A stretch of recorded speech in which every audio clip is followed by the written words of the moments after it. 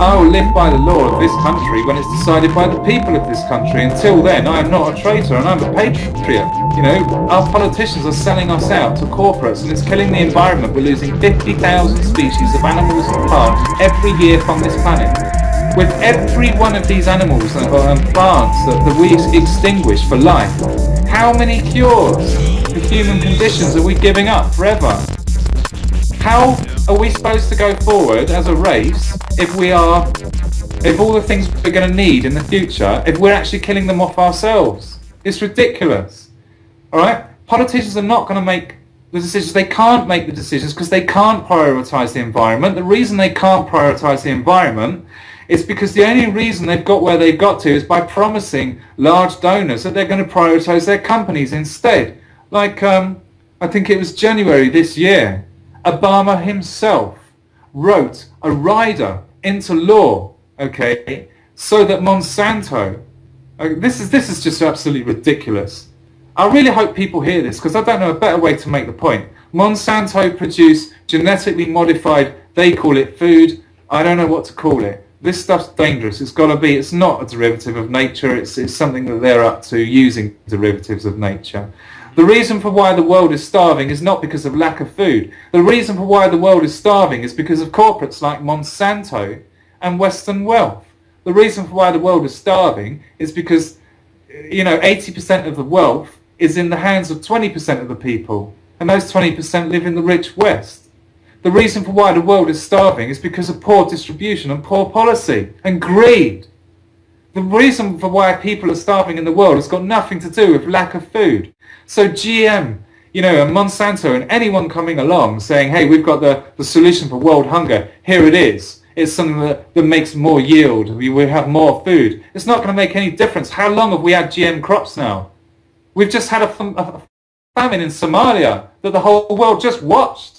We just bloody watched it. We let it happen. We watched it. Yeah? That was last year. Last year. How many years ago were these companies saying that in their poison they had a solution for world hunger? How many years ago did we first hear that marketing? It was bloody years ago.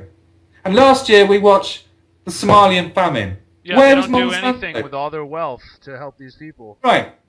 And when they do, it's they want them to become the guinea pigs for their next batch of Frankenfood. Oh, I think they're just doing that straight on us now. I think they're realising how passive the UK and American populations are. When I say passive, you've got to bear in mind that from my perspective, protesting is nothing. Protesting is indirect action.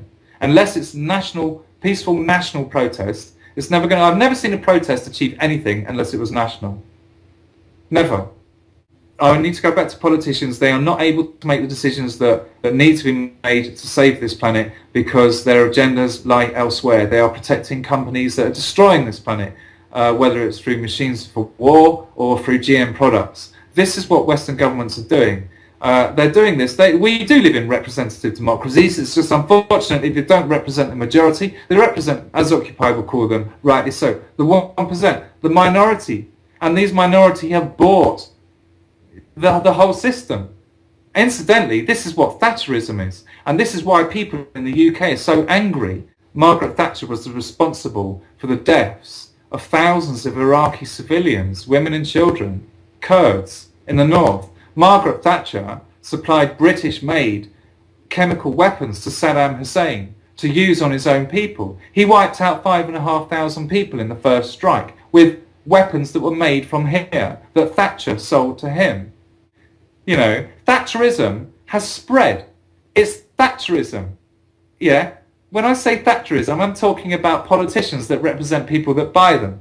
I'm talking about all of this. And I'm talking about the corporates behind it all being the same, being the banks, the food companies, them, and the utility companies, them. The world is ran the way they want it to because they have to go through politicians. If we remove all of that and take that away as a mechanism, then those companies, Monsanto, if they want something put into law, they'll have to sell it to the bloody people. They'll have to get off their arse and sell it to a whole population. And they'll have to justify why they should have such a law in place. To the people. At the moment, Monsanto want a change made in the law. They pay a senator $64,000, I think, at the last strike. Yeah. $64,000 for a multi-conglomerate like Monsanto to change federal law that affects millions of people in just one country.